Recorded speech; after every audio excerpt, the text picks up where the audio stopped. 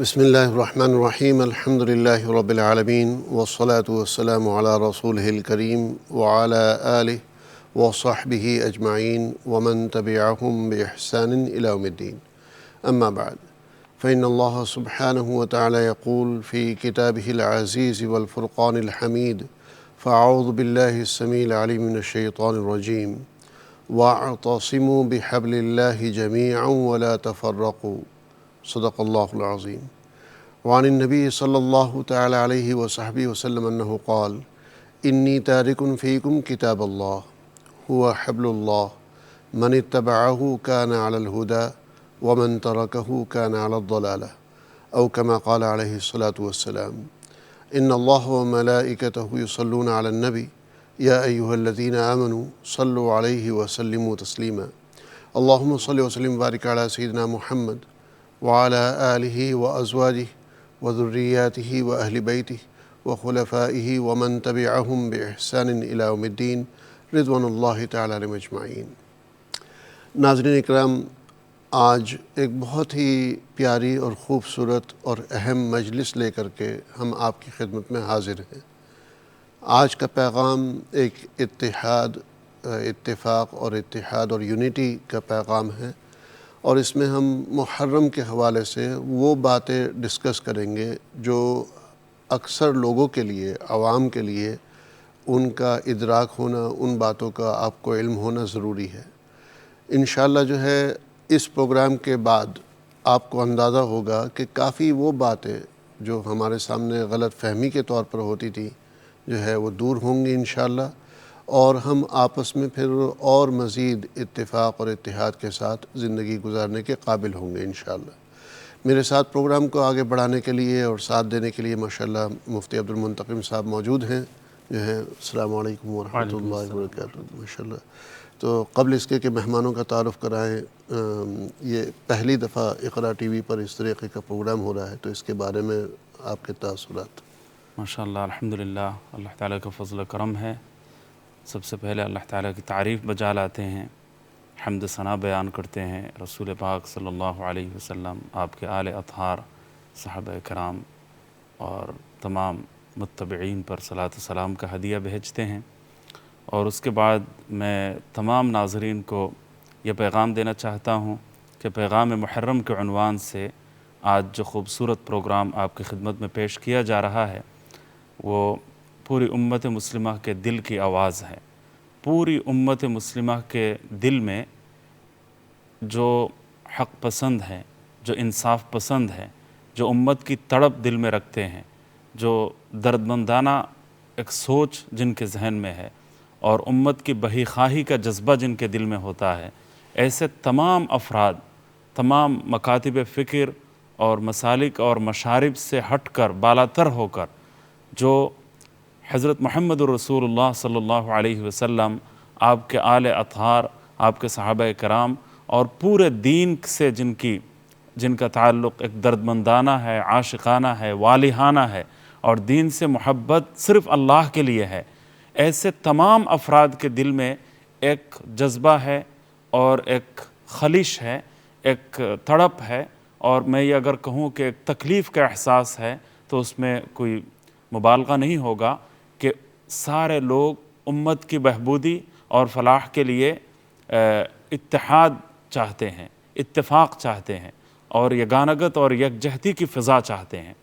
تو ایسے تمام افراد کے لیے آج کا پروگرام میں سمجھتا ہوں کہ بہت ہی مناسب ہے اور بہت ہی امید افزا، روح افزا اور آپ کے لیے ایک بہترین پیغام ہے کہ الحمدللہ مختلف مکاتب فکر کے حضرات اگرچہ ہیں لیکن امت کا درد ان میں موجود ہے، اتحاد امت کی فکر ان میں موجود ہے۔ تو میں اس لحاظ سے یہ کہنا چاہوں گا کہ آج پیغام محرم کے عنوان سے جو پروگرام پیش کیا جا رہا ہے اور اس میں مہمانان گرامی کو ہم سنیں گے، مزید کچھ مہمان بھی آنے والے ہیں، تو ان سے ہم بات کریں گے اور اتحاد اور اتفاق اور یگانگت، یکجہتی کا ایک پیغام پورے معاشرے کو جائے گا، اور اس سے انشاءاللہ تعالی امت کے بے شمار افراد کو تسلی اور تسکین حاصل ہوگی انشاءاللہ تعالی۔ ماشاءاللہ، جزاکم اللہ خیر۔ تو انشاءاللہ ہم ہمارے جو مہمان ہیں ان کا تعارف کراتے ہیں۔ اس وقت 2 حضرات ماشاءاللہ ہمارے ساتھ موجود ہیں۔ اس میں سب سے پہلے حضرت شیخ سید علی رضا رضوی صاحب، رضوی رضوی رضوی دراصل تو ہونا چاہیے، لیکن ہم لوگ عام طور سے رضوی لکھتے ہیں ہندوستان پاکستان۔ اچھا ماشاءاللہ، سب سے پہلے تو مرحبا، موسٹ ویلکم، اور کیسا لگ رہا ہے اقرا پر آج آ کر کے؟ بسم اللہ الرحمن الرحیم۔ تمام تعریفیں اللہ سبحانہ و تعالیٰ کے لیے کہ جس نے اپنے بندوں کو مصطفیٰ، مرتضیٰ، مجتبیٰ بنایا، سبحان اللہ۔ اور اس نے اس کائنات کو انسانوں کے لیے سجایا اور انسانوں کو سرور کائنات کے ذریعے شرف بخشا۔ انسانوں کی عزت کے لیے یہی بہت کہ ہم میں محمد مصطفیٰ صلی اللہ علیہ وسلم تشریف لائے، اور انہوں نے دنیا میں آنے کے بعد بہترین آل دنیا کو دی اور بہترین تربیت کرنے کے بعد صحابہ دی۔ آج آپ کے ٹیلی ویژن پہ آنے کے بعد مجھے کئی برسوں سے مسلسل دعوت ہو رہی تھی، لیکن محرم مصروفیات کی وجہ سے ہمارا سفر رہتا تھا۔ حج میں بھی اسی طرح سے، عیدوں پہ، کسی اور مناسبت پہ میں کثیر السفر ہوں، تو ایک آپ سے آشنائی تو تھی، دیکھ رکھا تھا، لیکن آج دل کو بہت اطمینان محسوس ہوا آپ سے ملنے کے بعد۔ اور جس طرح سے آپ نے اسٹوڈیو بنایا کہ اس میں ہر طرف ایک الہی پیغام، آیات قرآنی اور کعبۃ اللہ اور جو پورا مسجد کا ماحول بنایا گیا، جی ماشاءاللہ، تو اسٹوڈیو کے اندر کمرشلائزیشن کم ہے اور دینی جو عنصر ہے وہ بہت واضح اور بارز ہے۔ جی ماشاءاللہ، بلکہ میں اگر اس میں اضافہ کر دوں کہ اس چینل کے اوپر کبھی کوئی کمرشل ایڈورٹس نہیں چلتے، بریک میں کوئی ایڈورٹائزمنٹ وغیرہ جو ہے، الا ماشاءاللہ کبھی کبھار اگر ہوگی وہ الگ بات ہے، یعنی بائی انویٹیشن کہہ لیجئے جو ہے، لیکن اکثر جو ہے بریکوں میں دعائیں چلتی ہیں، تسبیحات جو بھی ہیں، یا ہمارے خود کے کام جو ہیں وہ دکھاتے ہیں ماشاءاللہ۔ ماشاءاللہ ہمارے ساتھ حضرت سید حسن عباس صاحب، وہی میرے خیال میں آپ کے ساتھ بھی ہوگا، رضوی رضوی جو ہے، رضوی لکھنا ماشاءاللہ جو ہے، تو موسٹ ویلکم، السلام علیکم ورحمۃ اللہ۔ بسم اللہ الرحمن الرحیم، وعلیکم السلام ورحمۃ اللہ وبرکاتہ۔ سب سے پہلے میں آپ لوگوں کا اور آپ کی ٹیم کا شکر گزار ہوں کہ آپ نے موقع دیا، اور ویسے تو اتحاد کی ہمیشہ ضرورت رہی ہے، اور لیکن جو زمانے ہم چل رہے ہیں، یہ زمانہ بہت حساس زمانہ ہے، میڈیا کا زمانہ ہے، اور آج میڈیا کو منفی بہت استعمال کیا جا رہا ہے، اور ایک دوسروں کے خلاف نفرتیں پھیلانا، اور اس میں ایک بھی شک نہیں ہے کیونکہ بعض جگہ غلطیاں بھی ہوتی ہیں، اشتباہ بھی ہو جاتے ہیں، لیکن یہ کہ لوگ اس کو بہت زیادہ ہائی لائٹ کرتے ہیں۔ اس طرح کا پروگرام ترتیب دینا، وہ بھی امام حسین علیہ السلام کے نام سے، محرم کے نام سے، میرے خیال میں بہت زیادہ مفید ہے، اور ہمیں جو علماء ہیں انہی کی ذمہ داری ہے، انہی کی دوش پہ ذمہ داری ہے کہ امت کو وہ کہاں ہدایت کرنا چاہتے ہیں۔ جیسے آپ نے آیت پڑھی وَاعْتَصِمُوا بِحَبْلِ اللَّهِ جَمِيعًا، تو قرآن بھی ہمیں یہ کہہ رہا ہے کہ ایک ہو جاؤ، تو یقیناً وحدت میں قدرت ہے، وحدت میں طاقت ہے، وحدت میں برکت ہے۔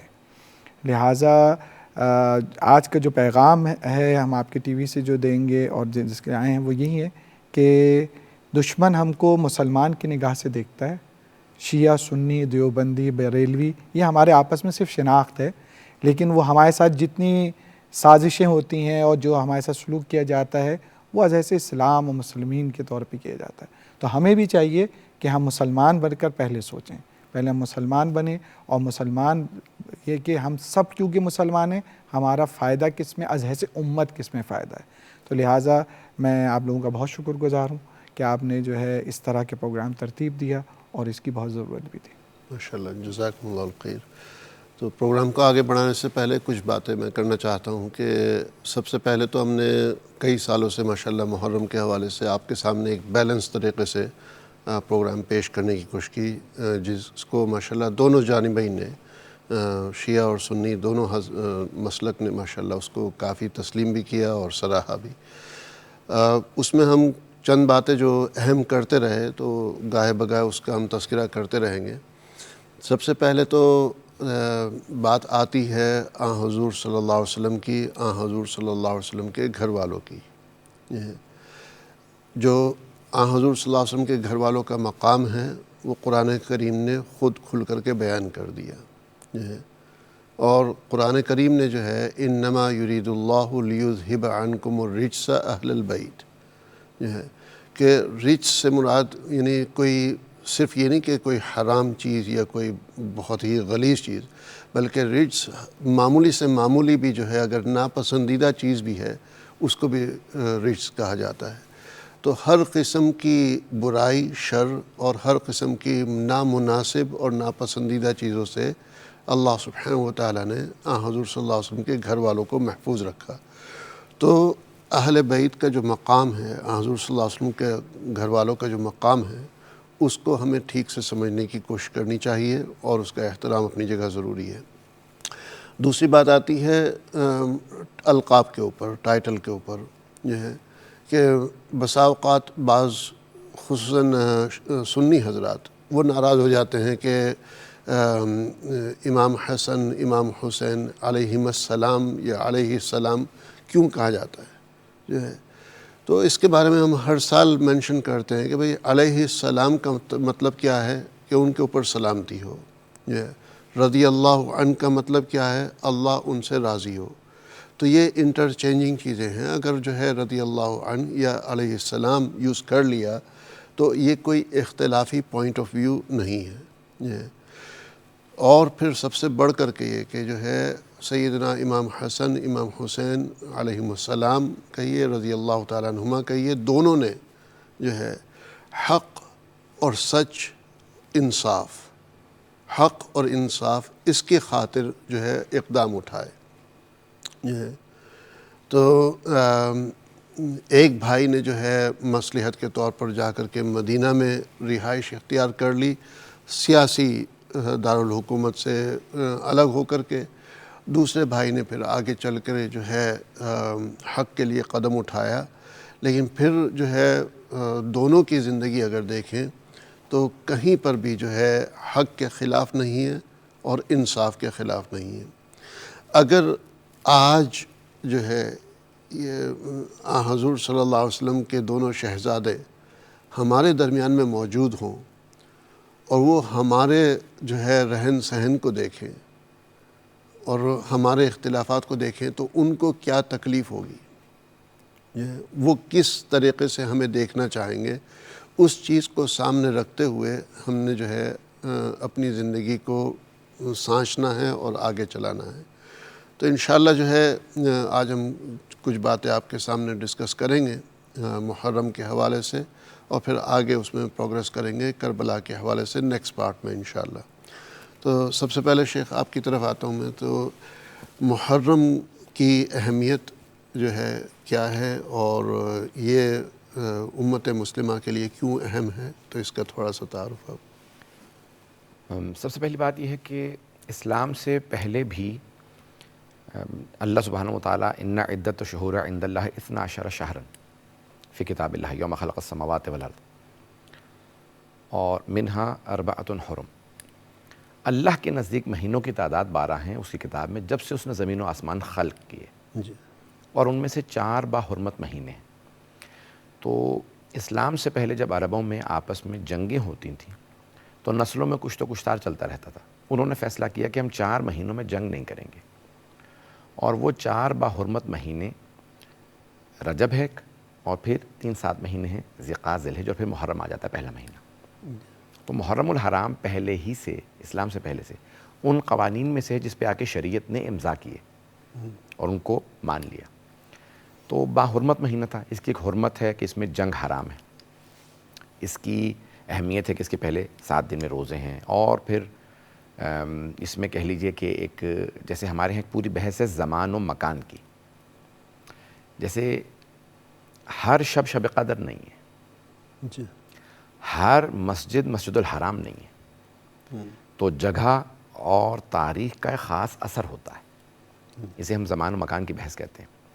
تو محرم الحرام ایک ایسا زمان ہے کہ جس میں انسان اپنے اللہ سبحانہ و تعالیٰ سے عہد کی تجدید کرتا ہے اور ظلم کے خلاف ہمیشہ آواز بلند کرنے کا عہد کرتا ہے، اور اس مہینے میں اپنے آپ کو کوشش کرتا ہے کہ وہ جو اللہ نے اس مہینے کی حرمت کو رکھا ہے اس کا پاس رکھے۔ تو ہمارے نزدیک خاص طور سے جیسے وذکرہم فی ایام اللہ، قرآن کریم میں اللہ سبحانہ و تعالیٰ فرما رہا ہے کہ میرے حبیب آپ اپنے امت کو، اپنے صحابہ کو رضوان اللہ علیہم کو، اپنی امت کو ایدہم اللہ، سب کو ایام اللہ، اللہ کے جو ایام ہیں ان کا تذکر دیجیے. جی اور ایام اللہ جیسے حج ہے، ایام اللہ ہے، ہر سال اللہ کے اس عہد کی، حضرت ابراہیم علیہ السلام کی قربانی کی تجدید ہوتی ہے. تو ہم ہر سال جاتے ہیں، حج کرتے ہیں، طواف کرتے ہیں، سعی کرتے ہیں، قربانی دیتے ہیں. تو اسی طرح سے محرم بھی جناب سید الشہداء امام حسین علیہ السلام کی اس یاد کو تازہ کیا جاتا ہے کہ ہمیشہ ظلم کے خلاف آواز بلند کی جائے، ہر دور کے یزید کے خلاف آواز بلند کی جائے. آج بھی اگر مسلمانوں پہ ظلم ہو تو ہم خاموش نہ بیٹھیں. ہر مسلمان، چاہے افریقہ کے جنگل میں کوئی رہنے والا ہو، ہمارا بھائی ہے.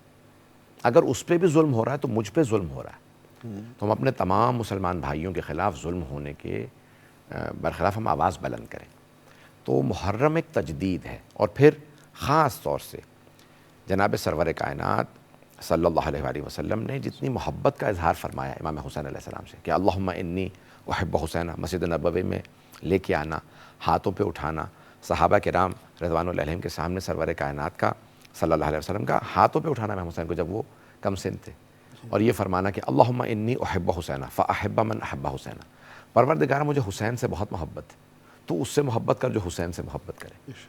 تو ساری امت مسلمہ میں اگر آپ دیکھیں گے تو جناب امام حسین سے خاص محبت ہے، اس قربانی کی وجہ سے جو انہوں نے کربلا میں دی، اور جو ان کے لکھے گئے ہیں معجزات یا کرامات کہ ان کے چہرے سے نور، ان کا نیزے پہ سر بلند ہونا، اس کے باوجود بھی قرآن کی تلاوت کرنا، یا ان کی پیشانی سے نور نکلنا. تو کہتے ہیں رسول خدا کے لبوں کا ان کی پیشانی پہ لگنا سبب بنا کہ ان کی پیشانی سے نور نکلتا تھا.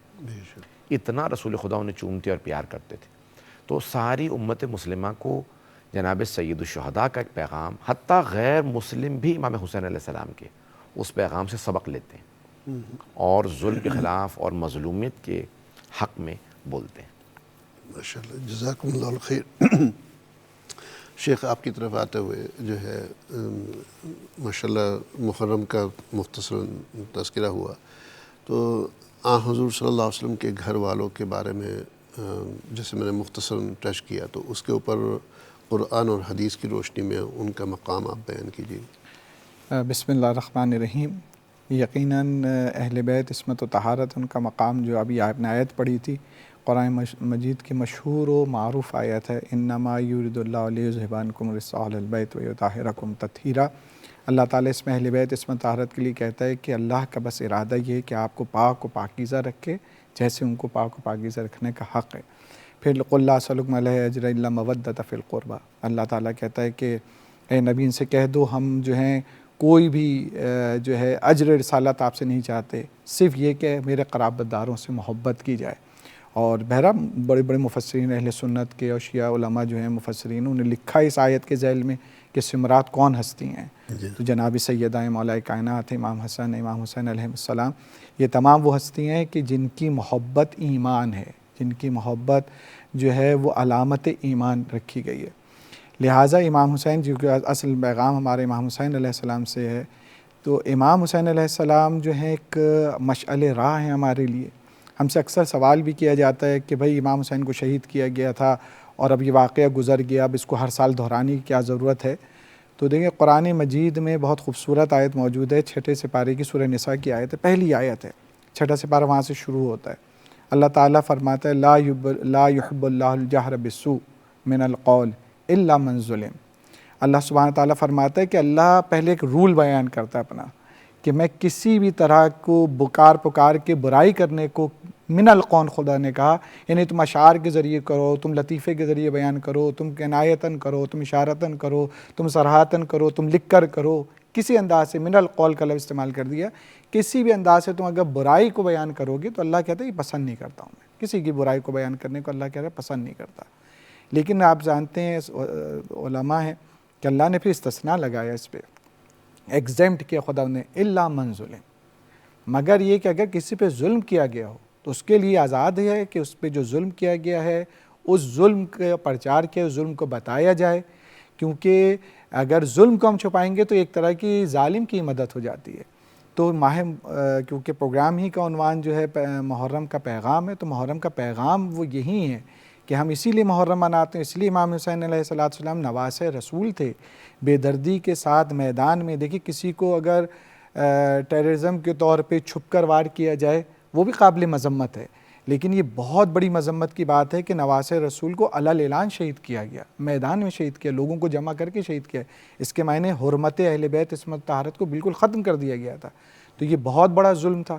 تو اس ظلم کے خلاف یہ جو ہے ہمیشہ آواز اٹھتی ہے اور یہ اٹھتی رہے گی. اور اس کی جو دلیل ہی قرآنی آیت ہے، خدا کہتا ہے کہ نہیں ہمیں پسند برائیاں کرنا، لیکن ہاں اب یزید کو اور یزید کی فوج جو اس نے کیا اس کو ظاہر چھپایا نہیں جا سکتا. نواسہ رسول کی، خانوادہ اہل بیت کی، خانوادہ رسول کی توہین کی، اہل بیت علیہ السلام کی توہین کی.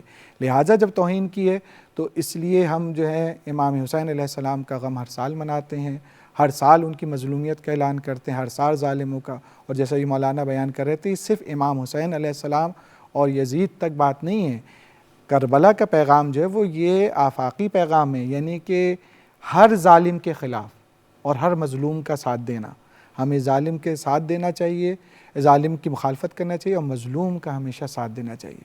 تو اگر کہا جائے کہ محرم کا اصل پیغام کیا ہے، وہ یہی پیغام ہے. اور یہ وہ پیغام ہے کہ اگر امت صرف اس پر عمل کرے، امام حسین کے اس سیرت پہ عمل کرے، تو مسلمان پر کوئی جرأت نہیں کر سکتا کہ ظلم کر سکے. اگر پتہ آج کیا ہے، آج جو بےہودگی کہیں یا ہماری بے بسی کہیں یا ہماری غربت کہیں، جو بھی آپ الفاظ کہیں، سخت الفاظ بولنا نہیں چاہ رہا، جو بھی کہیں وہ یہ کہ آج ایک مسلمان پہ، ایک مسلمان ملک پہ چڑھائی ہو جاتی ہے، باقی مسلمان والی احتجاج تک نہیں کرتے، گفتگو نہیں کرتے، اپنے ٹی وی چینل، حکومتی سطح پہ کوئی ڈیلیگیشن ہی نہیں جاتا ہے سفارت خانے میں. تو یہ ہماری جو ہے اس کو ہم امت کہہ سکتے ہیں؟ قطعاً یہ امت کا. جب مظلوم پہ، جب کسی مظلوم کا حق پامال کیا جا رہا ہے تو ظالم کے خلاف اٹھ جانا چاہیے اور ظلم کے خلاف آواز اٹھانی چاہیے. ورنہ صرف امام حسین کا نام لینا ایک ٹریڈیشنل طور پہ تو وہ تو سب لے لیتے ہیں، اس کا مسئلہ نہیں. پیغام امام حسین یہ کہ جہاں بھی ظلم ہو اور ظلم کے خلاف ظالم ہو تو ظالمین کے خلاف آواز اٹھائیں اور مظلوم کے حق میں اٹھائیں، چاہے وہ دنیا میں کسی بھی دور پہ ہو رہا ہو. اس میں ہمیں نہیں دیکھنا ہے شیعہ پہ ہو رہا ہے، سنی پر ہو رہا ہے. ہمارا مسلمان بھائی ہے تو از ہے سے مسلمان. آج ہمارے دل جو سخت کر دیے دشمن نے، وہی کر دیے. اچھا وہ تو پاکستان کے مسلمان ہیں، وہ تو ایران کے ہیں، وہ تو عراق کے ہیں، وہ تو شیعہ ہیں، وہ تو سنی، وہ تو دیوبندی ہیں، ہم سے کیا تعلق؟ جبکہ مارنے والے جیسے میں ابتدا میں کہا وہ مسلمان کے عنوان سے مارتا ہے، مسلمان کے عنوان سے جو ہے حملہ کیا جاتا ہے. تو بہرحال میں یہی کہوں گا کہ ہمیں اہل بیت کی سیرت سے، پیغمبر اسلام صلی اللہ علیہ وآلہ وسلم کی سیرت سے یہی لینا چاہیے کہ ہم ظلم کے خلاف آواز اٹھائیں اور جو مظلوم ہیں ان کے حق میں آواز اٹھائیں. ماشاءاللہ، جزاکم اللہ الخیر. بہت ہی زبردست طریقے سے دونوں علماء حضرات نے ماشاءاللہ بات کی. اس میں ناظرین اکرام جو ہے اللہ سبحانہ وتعالیٰ جزائے خیر عطا فرمائے ان تمام لوگوں کو جنہوں نے جو ہے امت کو ہر دور کے اندر جوڑنے کی کوشش کی اور اکٹھا کرنے کی کوشش کی. تھوڑا سا میں اس میں پیچھے جانا چاہوں گا. جو ہے سب کے ذہن میں آتا ہے کہ پھر یہ شیعہ اور سنی دو الگ گروپ کیوں جو ہے. اس میں ایک تو جو ہے اس میں بات آ جاتی ہے کانسیپٹ کی.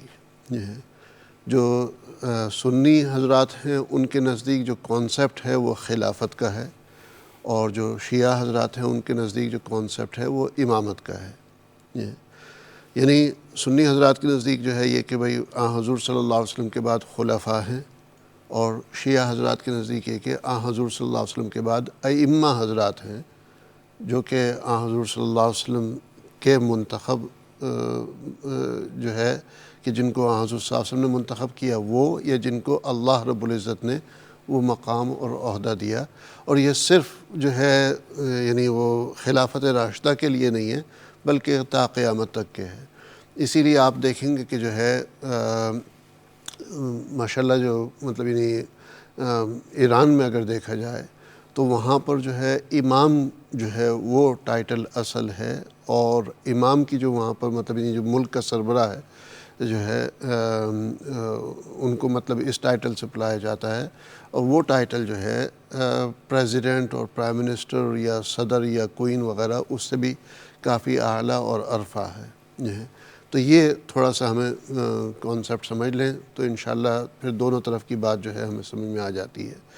مفتی صاحب کی طرف چلتا ہوں میں. مفتی صاحب ماشاءاللہ آپ نے گفتگو سنی جی تو محرم کے حوالے سے مطلب یہ کہ ایک تو بات یہ سامنے آئی کہ محرم جو ہے وہ اسلام سے پہلے سے اس کی عظمت اور وقت ہے، اور دوسرا پھر یہ کہ محرم میں جو مجالس ہوتی ہیں اور جو ہماری کاوشیں اور محنت ہوتی ہے وہ ظلم کے خلاف کھڑے ہونا ہوتا ہے. تو آپ سے میں پوچھنا چاہوں گا کہ آپ کے لحاظ سے محرم کیا ہے اور اس کی مطلب تاریخی اور موجودہ حیثیت کیا ہے، اور دونوں کو کمبائن کیسے کیا جا سکتا ہے؟ جزاکم اللہ تعالی خیراً. ماشاءاللہ حضرات علماء کرام کی بہت دردمندانہ اور والہانہ گفتگو ہم نے سنی. اللہ تعالیٰ ان جذبات کو قبولیت کا شرف عطا فرمائے. بہت ہی حسین اور بہت ہی اعلیٰ جذبات ہیں. اسلام ایک جامع دین ہے اور اس کے بے شمار پہلو ہیں. تو میرے ذہن میں ایک بات یہ ہے کہ سب سے پہلے ایک بات کی وضاحت میں ضروری سمجھتا ہوں کہ اہل سنت والجماعت کے عقائد سے وابستہ جتنے لوگ ہیں یا جو بھی اہل ایمان ہے، مسلم ہے، ان کے بارے میں ہم یہ بات کہہ سکتے ہیں کہ اہل بیت کی محبت اگر دل میں نہ ہو تو وہ اس کا ایمان ہی مشکوک ہو جاتا ہے، اس کا ایمان ہو ہی نہیں سکتا. مشکوک نہیں بلکہ ختم ہو جائے. جی ختم ہو جائے گا، کیونکہ وہ احادیث کا انکار لازم آتا ہے. رسول اللہ صلی اللہ علیہ وسلم کا انکار اس سے لازم آتا ہے، اور صحیح احادیث طیبہ کا جو گلدستہ ہے اہل بیت کے لیے، حضور نبی کریم صلی اللہ علیہ وسلم نے محبتوں کا جو پیغام دیا ہے اور اس کو ایمان کا لازمی جز قرار دیا ہے، اس نسبت سے اور اس حوالے سے اگر دیکھا جائے تو اس میں کوئی دو رائے نہیں ہو سکتی کہ اہل بیت کی محبت ایمان کا لازمی حصہ ہے. اس کے بغیر ایمان ہو ہی نہیں سکتا، اور کوئی مومن اور کوئی مسلم ہو ہی نہیں سکتا اگر اہل بیت کی محبت نہ ہو. آپ صلی اللہ علیہ وسلم نے کتنی احادیث طیبہ میں یہ بات ارشاد فرمائی ہے کہ میں تمہارے سامنے کتاب اللہ و عطرتی، اللہ کی کتاب چھوڑ کے جا رہا ہوں اور اہل بیت کو میں چھوڑ کے جا رہا ہوں. کتاب اللہ و سنت رسولی، یہ ساری باتیں ہیں. لہٰذا ان باتوں سے انکار کی کوئی گنجائش نہیں. لیکن ایک بات اس سلسلے میں یہ عرض کروں گا کہ اس میں اور بھی جامعیت ہے، کیونکہ محرم الحرام کئی لحاظ سے ہمارے لیے اہم ہے. ایک تو یہ ہے کہ ان عدت الشہور عند اللہ 12 شہرا منہا 4 حرم. ان میں یہ محرم الحرام بعض علماء کرام بلکہ اکثر کے نزدیک ان 4 مہینوں میں جن کو حرمت والے خاص مہینے یا اشہر حرم قرآن کریم نے کہا ہے، ان میں سب سے اعلیٰ مہینہ جو ہے وہ محرم الحرام کا مہینہ ہے. اور حضور اکرم نبی کریم صلی اللہ علیہ وسلم نے اس کو شہر اللہ کے عنوان سے تعبیر فرمایا ہے کہ افضل الصیام بعد رمضان شہر اللہ المحرم. ایک حدیث میں فرمایا گیا. دوسری حدیث میں فرمایا افضل الصیام بعد الصیام شہر رمضان شہر اللہ المحرم. پھر دوسری حدیث میں فرمایا گیا من صام یوما من المحرم فلہ بکل یوم 30 یوما او کما قال النبی صلی اللہ علیہ وسلم. پورے محرم میں ہر دن کا روزہ ایسا ہے کہ وہ 30 روزوں کے برابر ہے. لیکن یوم عاشورہ کا جو روزہ ہے، یعنی 10 محرم کا جو روزہ ہے، اس کے بارے میں ہمارے علم میں یہ بات ہونی چاہیے کہ رمضان کا روزہ فرض ہونے سے پہلے یہ عاشورہ کا روزہ فرض تھا باقاعدہ، اور پھر اس کے بعد جو ہے وہ رمضان المبارک کا روزہ جب فرض کر دیا گیا تو اس کے بعد یہ فرضیت تو اس کی ختم ہو گئی، لیکن باقی تمام مستحب روزوں میں، مسنون روزوں میں صحابہ کرام کی رائے اور حدیث کی روح سے یہ بات ہے کہ سب سے افضل روزہ جو ہے وہ عاشورہ کا روزہ ہے، محرم الحرام 10 محرم الحرام کا روزہ ہے. پھر آپ صلی اللہ علیہ وسلم نے فرمایا ہے کہ اس میں ایک دن کا اور اضافہ کیا جائے. اس کی وجہ بھی بیان فرمائی کہ مدینہ منورہ میں پہنچنے کے بعد جب دیکھا کہ یہودی برادری کے لوگ جو ہے عاشورہ کا روزہ رکھتے ہیں تو آپ صلی اللہ علیہ وسلم نے فرمایا کہ کیوں رکھتے ہیں؟ تو انہوں نے کہا کہ حضرت موسیٰ علیہ السلام کو اللہ تعالیٰ نے فرعون سے نجات عطا فرمائی تھی. اور بھی بہت سارے تاریخ میں واقعات، کوئی 18-20 واقعات کا ذکر ہمیں ملتا ہے. حضرت یونس علیہ السلام کو مچھلی کے پیٹ سے آزاد فرمایا، نوح علیہ السلام کو ان کی کشتی جو ہے وہ پار لگی، ان کو نجات عطا ہوئی. تو بے شمار واقعات تاریخ میں اس 10 محرم کی تاریخ کو بے شمار واقعات پیش آئے، یہاں تک کہ قیامت کا دن بھی وہی 10 محرم کی تاریخ ہوگی، قیامت کا دن بھی اسی دن ہوگا، اور بھی بہت سارے واقعات ہیں.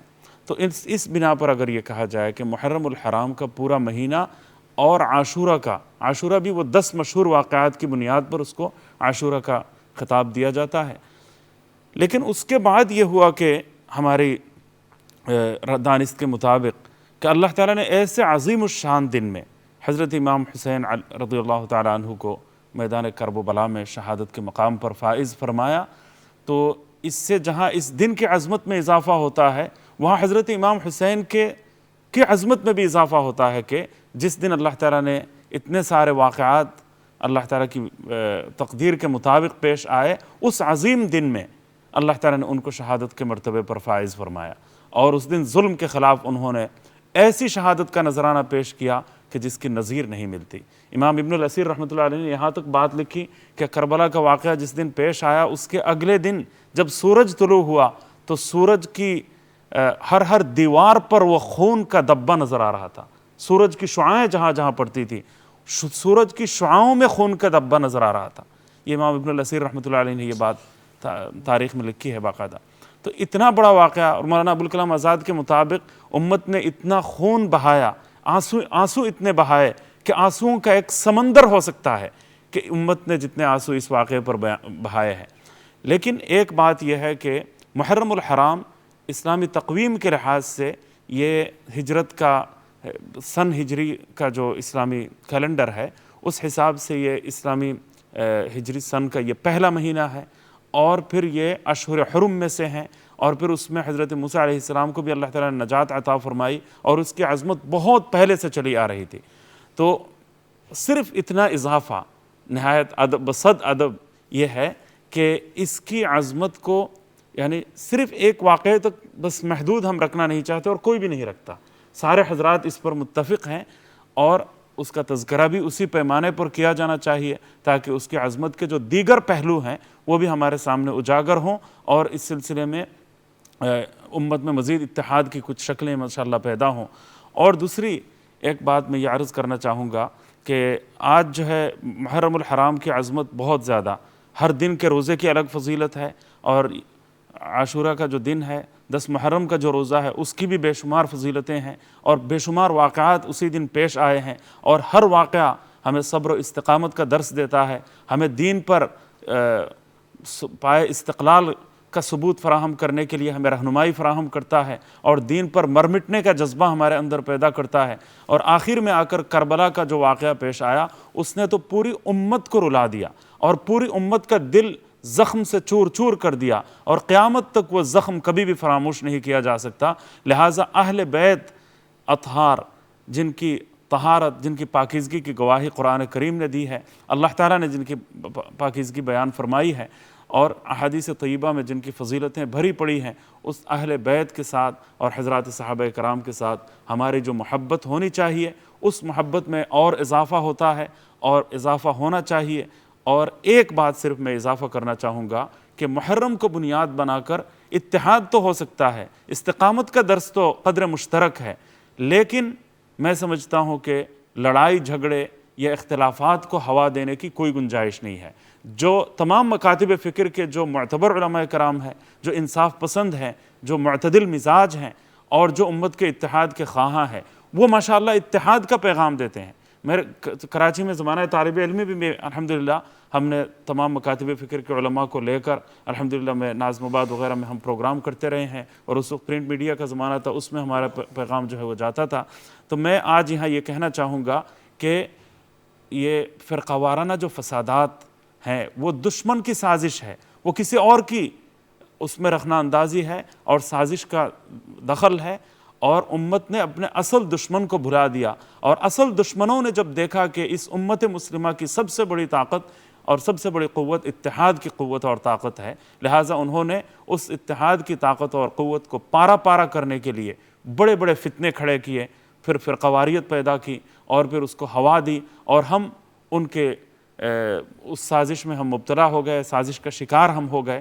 اس سے امت کو بچنا چاہیے، اور صرف ایک پیغام میرا یہ ہے اس سلسلے میں کہ امت میں پھوٹ پڑنے اور اختلافات جو ہوا ملتی ہے اس کی بڑی وجہ یہ ہے، آپ جانتے ہیں، اور سب مجھے یہ ہے کہ اتفاق سب کریں گے الحمدللہ، اطمینان ہے اس بات پر کہ مقدس شخصیات، مقدس مقامات، مقدس ہستیوں کے بارے میں جب کوئی بات ہوتی ہے اور جب کوئی گستاخی ہوتی ہے اور ان کے اوپر کوئی کلام ہوتا ہے، اس سے جو ہے وہ اختلافات بڑھتے ہیں اور امت کا اتحاد پھوٹ کا شکار ہو جاتا ہے. اور پوری امت میں بھی یہ بات ہم دیکھتے ہیں کہ جب غیر مسلم نعوذ باللہ من ذالک رحمۃ للعالمین سید المرسلین حضرت محمد صلی اللہ علیہ وسلم کی ذات عالی کی شان میں اگر کوئی گستاخی کرے، کارٹون بنائے، کچھ کرے، تو پوری امت میں اور پوری انسانیت کے ایسے لوگ دشمن ہوتے ہیں، پوری انسانیت میں پھوٹ ڈالنے اور دوریاں پیدا کرنے کے وہ ذمہ دار ہوتے ہیں.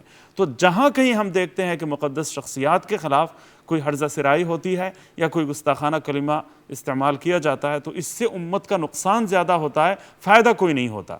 تو بات جہاں تک ظلم کے خلاف کی ہے، کرنے کی ہے، تو اس میں تو کسی قسم کا کوئی اختلاف ہے ہی نہیں. اور یہاں جو ماشاءاللہ معتدل مزاج جو حضرات علماء کرام مختلف مکاتب فکر سے تعلق رکھتے ہیں یہاں پر موجود ہیں، ان کا پیغام بھی یہی ہے، ہمارا پیغام بھی یہی ہے کہ مقدس شخصیات کے خلاف ہرزہ سرائی نہ کی جائے، جس سے امت میں مزید پھوٹ پڑے، مزید اختلافات پیدا ہوں. اور پھر یہ قانون پر عمل درآمد بھی چاہیے. اس کی وجہ سے ہر فرقے میں ایک اور وجہ ہمارے استاد محترم مفتی اعظم پاکستان حضرت مفتی رفیع عثمانی صاحب نے ایک بات بھی ارشاد فرمائی تھی، اور میں دارالعلوم کراچی میں جب تھا تو شیعہ مکاتب فکر کے بڑے بڑے قائدین ہر سال بار بار آتے تھے، تشریف لاتے تھے. وہ ماشاءاللہ اتحاد کے علم بردار ہیں اور امت میں اتحاد کی بات کو آگے بڑھانے میں انہوں نے اپنی پوری زندگی گزار دی ہے ماشاءاللہ.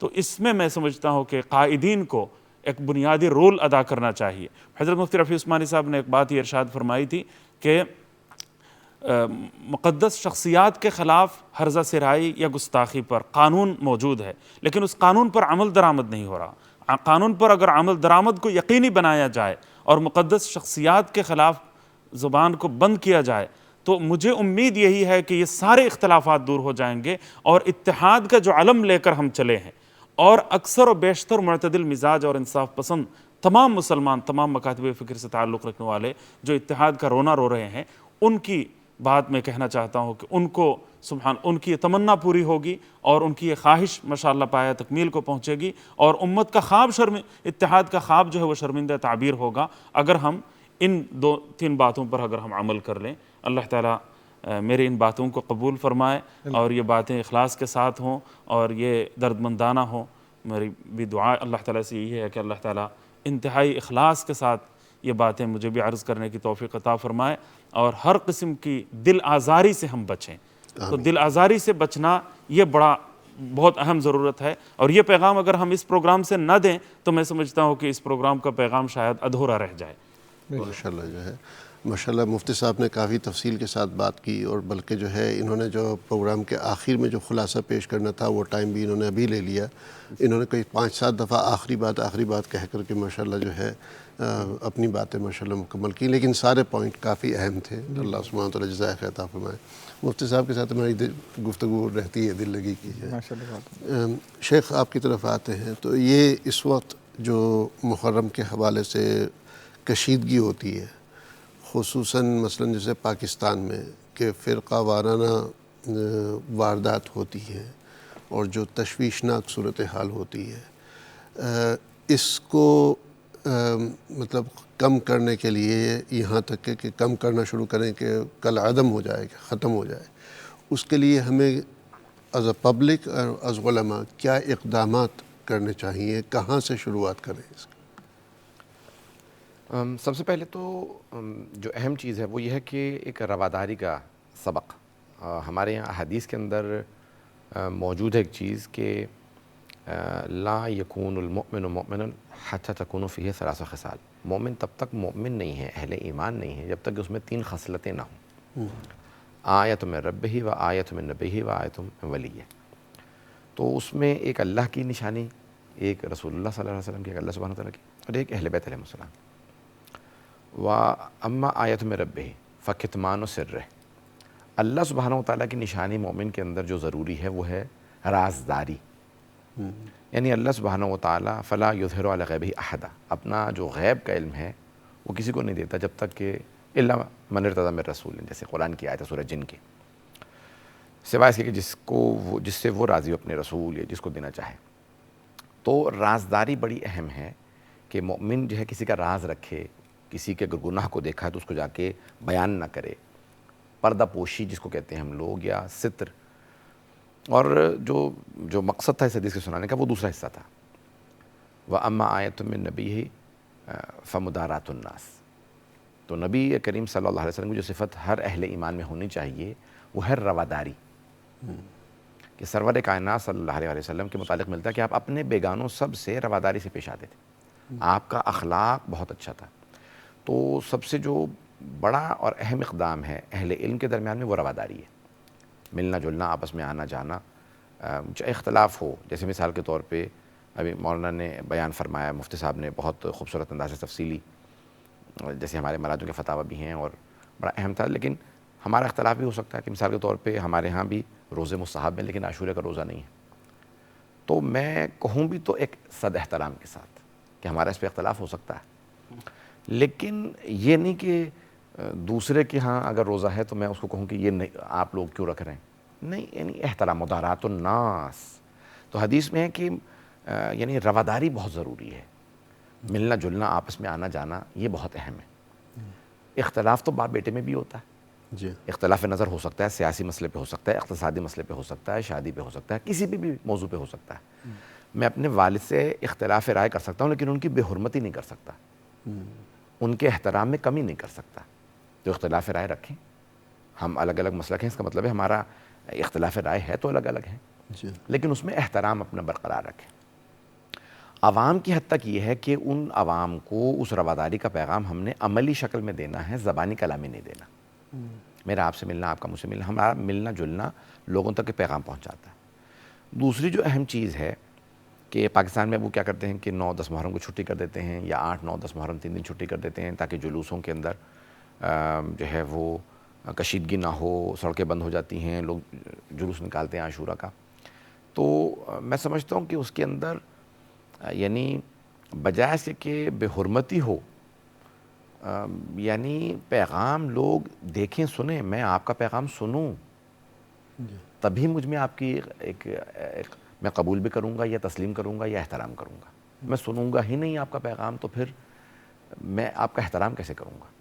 اسی طرح سے جب ہمارا بھی لوگ پیغام سنیں گے، میں بھی وہ قرآن کی آیات پڑھ رہا ہوں، میں بھی احادیثی پڑھ رہا ہوں، میں بھی تاریخ کا وہی، تو جب تک لوگ ہماری سنیں گے نہیں تب تک وہ جو ایک بہت بڑے ماہر نفسیات نے تجزیہ دیا ہے وہ یہ ہے کہ، میں جانتا ہوں میں وقت زیادہ لے رہا ہوں، بس اسی پہ ختم کر دوں گا. وہ یہ کہتا ہے کہ تب تک دہشت گردی کسی خلاف انسان جائز نہیں سمجھتا جب تک کہ پہلے اس کو ایلینیٹ نہ کرے، پہلے اس کو غیر، برا، دیو، جن، بھوت قرار نہ دے دے. ملتے رہنے سے، جیسے بھی یہاں پہ میں نے تنقید نہیں کرنا چاہتا برطانوی نظام پہ، لیکن یہاں بیٹھا ہوا ہوں تو، لیکن وہ کہتے ہیں نا کہ دہشت گرد بالکل ہمارے ہی جیسا تھا. یعنی وہ کہہ رہے ہیں کہ مسلمانوں کا اگر آپ یہ دیکھتے ہیں کہ وہ آپ کو اچھے لگ رہے ہیں تو دھوکہ نہ کھائیے گا. میڈیا کا پیغام دے رہا ہوتا ہے یہ ساری دہشت گرد ہیں، ان کے آپ جو ہے نا وہ انسانیت سے دھوکہ نہ کھائیں. ہم لوگوں کو یہ کرنا چاہیے کہ جب ہم ملتے جلتے رہیں گے تو ہم میں بہت سی جو کشیدگیاں، نفرتیں، دوریاں ہوتی ہیں وہ خود بخود رفع ہو جاتی ہیں جی جب ہم ملنے لگتے ہیں. پتہ چلتا ہے یہ بھی ہمارے جیسے انسان ہے، یہ بھی کلمہ پڑھتا ہے، یہ بھی قرآن پڑھتا ہے. ہم نے ایک دوسرے کے خلاف بازگت ایسا کر دی، یہ قرآن کے منکر ہیں، یہ نماز نہیں پڑھتے، یہ کوئی، تو یعنی ایسا ہو کہ لوگ دیکھیں کہ نہیں یہ قرآن کریم کو ماننے والے ہیں، یہ قرآن کریم پڑھنے والے ہیں، ان کے مردوں کے پاؤں میں قرآن نہیں باندھے جاتے، یہ سب جھوٹا پروپیگنڈا ہے. یہ بھی آیات قرآنی کا تعظیم کرتے ہیں، سر پہ قرآن رکھتے ہیں، یہ بھی 5 نمازیں پڑھتے ہیں. جب ہم آپس میں ملیں جلیں گے تو آپ جب، چونکہ یہ بہت ضروری باتیں ہیں، لوگوں میں مطلب پتہ نہیں کیا کیا ہے کہ بھئی یہ نبی صلی اللہ علیہ وسلم کو وہ مقام نہیں دیتے. قرآن جو ہے الگ قرآن ہے، الگ قرآن ہے، معاذ اللہ، استغفر اللہ، تو اس طریقے کی کافی 5 نمازیں نہیں ہیں، یا تو کئی ایسی چیزیں ہیں جو غلط ہیں. میرے اب بچپنے سے اب تک زیادہ تر سب دوست اسکولوں میں، کالج میں، ہر جگہ پہ اہل سنت تھے. تو اچھا ہمارے ہاں آپ نے دیکھا ہے کہ سادات کا احترام یہ ہے. مطلب اتفاقی طور پہ ہے یا یہ کہ دنیا میں یعنی آپ جہاں پر پڑھے ہیں وہاں پر جہاں پلے بڑے تو وہاں اکثریت اہل سنت ہی تھی. تو ابھی تک میرے والد کے ہمارے دوست احباب اٹھنے بیٹھنے والے سب اہل سنت ہیں. جی تو وہ اکثر سادات کا احترام کی وجہ سے کہتے تھے یہ تو ہمیں آپ کے ساتھ اٹھنے بیٹھنے سے معلوم ہوا کہ یہ برائی یہ معاذ اللہ چیز، یہ ایسی چیز آپ میں نہیں پائی جاتی. جی میرے ایک دوست سے تو کہیں عزیز کا کسی کا انتقال ہو گیا تو وہ جنازے میں آنا چاہتا ہوں، آ جائیے. تو کہنے لگے ارے مجھے تو آج پتہ چلا آپ لوگ پاؤں میں قرآن نہیں باندھتے اپنے مردوں کے. میں نے کہا کیا مطلب؟ کہنے لگے ہمیں تو یہ بتایا تھا کہ شیعوں کے ہاں جب مر جاتا ہے کوئی مردہ ہوتا ہے تو اس کے مردوں کے پاؤں میں قرآن باندھا جاتا ہے قرآن کی توہین کرنے کے. تو میں بچپن میں 16-17 برس کا تھا تو مجھے ہوا کہ بھئی یہ کیسے ہو سکتا ہے. تو ایسی ہی 10-50 چیزیں اگر ہمارے ہاں آئیں، خدا نہ کرے اللہ نہ کرے، تو یعنی کوئی آپ کو دوریاں اور نفرتیں نہیں ہوں گی بلکہ محبتیں ہی پیدا ہوں گی. جب تک میں آپ کے آ کے تھالی میں آپ کے ساتھ کھانا نہیں کھاؤں گا تب تک میری محبت آپ سے نہیں بڑھے گی. آپ نے دعوت دی، میں بہت شکر گزار ہوں کہ یہ آپ نے ایک باب کھولا، دروازہ کھولا. جب تک ہم ملیں گے نہیں. ایک آخری جو میں نے کہی تھی بات میں مکمل کر دوں، آپ نے خود ہی سوال کر دیا. تو میں آیت اللہ خمینی سے علماء نے خط لکھا کہ آپ کو تبعید کر دیا شاہ ایران نے، تو ہم کیا کریں، آپ کے لیے کیا کر سکتے ہیں؟ تو انہوں نے فارسی میں لکھا هیچ کاری نکنید فقط هر ماه با هم جمع بشید یک چای بخورید. کہ تم کچھ نہ کرو میرے لیے، تہران کے علماء میرے لیے کچھ نہ کرو. وہ ایران میں سبھی شیعہ تھے تو وہ کہا کہ بھئی کچھ نہ کرو. بلوچستان میں سیستان میں وہاں پہ اہل سنت تھے لیکن وہ تہران میں قم میں نہیں تھے. کہ کیا کریں، ہم آپ کے لیے کیا کر سکتے ہیں؟ کچھ نہ کریں، صرف ہر مہینے آپ لوگ مل جل کے ایک چائے پی لیا کریں. تو میرے استاد کہتے تھے کہ بھئی وہ سب علماء کہنے لگے انہیں یہ ہمیں انڈر ایسٹیمیٹ کر رہے ہیں. ہم سب مولوی ہیں، علماء ہیں، ہم ان کے لیے بہت کچھ کر سکتے ہیں، لیکن انہوں نے ہمیں اتنا انڈر ایسٹیمیٹ کیا کہ کہا کہ نہیں، صرف اور صرف مہینے میں ایک چائے کی پیالی جمع ہو کے پی لیا کرو. کہا ٹھیک ہے، اگر ہم ان کا احترام کرتے ہیں تو صرف چائے کی پیالی ہی پی لیا کرو. وہ کہتے ہیں کہ اس کی برکت یہ ہوئی کہ سب کی غلط فہمیاں دور ہونے لگیں، نفرتیں دور ہونے لگیں، محبتیں بڑھنے لگیں. کرتے کرتے ٹیم بنی، ٹیم بنتے بنتے ایک امت بننے لگی، پورا کا پورا ایران متحد ہونے لگا. وہ علماء سب کے سب ملنے لگے. کرتے کرتے کرتے 15 سال کے اندر وہ قوت و طاقت بن کے ابھرے اور پھر ایک انقلاب برپا ہوا اور وہاں پہ پھر ایک باقاعدہ طاقت کے ساتھ وہ واپس آئے. تو میرے صرف عرض کرنے کا مقصد یہ تھا کہ جب تک ہم ملیں گے نہیں، ساتھ بیٹھیں گے نہیں، تو غلط فہمیاں دور کیسے ہوں گی. تو جو ایک دوسرے کے خلاف دیکھیں، میں ایک ٹیلی ویژن پہ اب سے 8-10 برس پہلے کہیں وہ جیسے تحریف قرآن کا مسئلہ چھیڑا گیا. شیعہ حضرات تحریف قائل ہیں، تو کیا ہوا، شیعہ حضرات کے خلاف کہا کہ بھئی کتابوں میں حوالہ جات ہیں. تو بھی معاذ اللہ پھر وہ کیا ہوا کہ شیعہ حضرات نے بھی کتابیں اٹھائیں اور کہا بھئی آپ کے یہاں بھی کتابوں کے اندر تحریف سے متعلق احادیث ہیں اور روایات ہیں. اور یہ تو میرے ایک دوست کہنے لگے کہ دونوں طرف کی دونوں باتوں کو لے کے ایک صاحب نے جمع کیا، اور میں نام نہیں لیتا، یہ نام لینے میں حرج نہیں، سویس یونیورسٹی کے اندر تقریر کی ایک صاحب نے، غیر مسلم نے، اور کہا کہ ان کے تمام جید علماء ایک دوسرے پہ یہ الزامات لگا رہے ہیں، اہل سنت شیعوں پہ کہ یہ تحریف کے قائل ہیں اور شیعہ اہل سنت پہ کہ یہ تحریف کے قائل ہیں.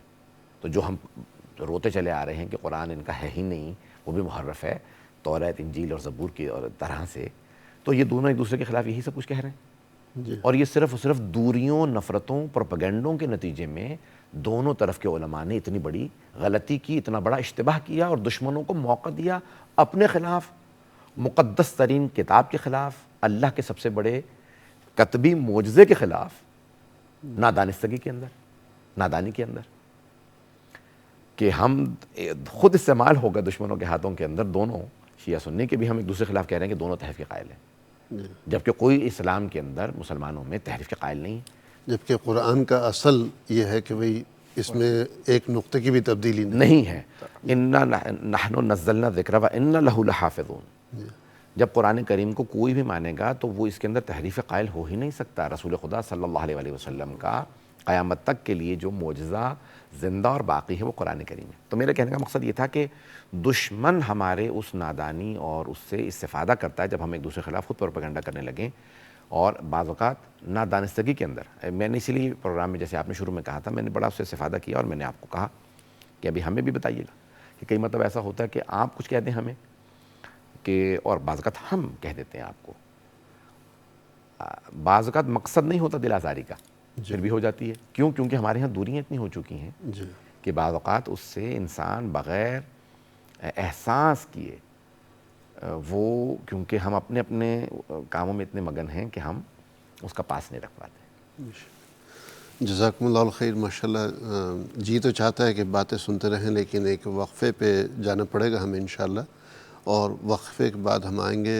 اس دوران ہمارے ساتھ ایک اور بھی مہمان ماشاءاللہ موجود ہوں گے، اور انشاءاللہ جو ہے پھر ہم جو ہے مزید ٹاپک کو آگے بڑھائیں گے اور آخر میں کربلا کی طرف آئیں گے انشاءاللہ. ساتھ رہیے گا، تھوڑی دیر میں ملاقات ہوتی ہے. فی امان اللہ. السلام علیکم ورحمۃ اللہ وبرکاتہ. وعلیکم السلام.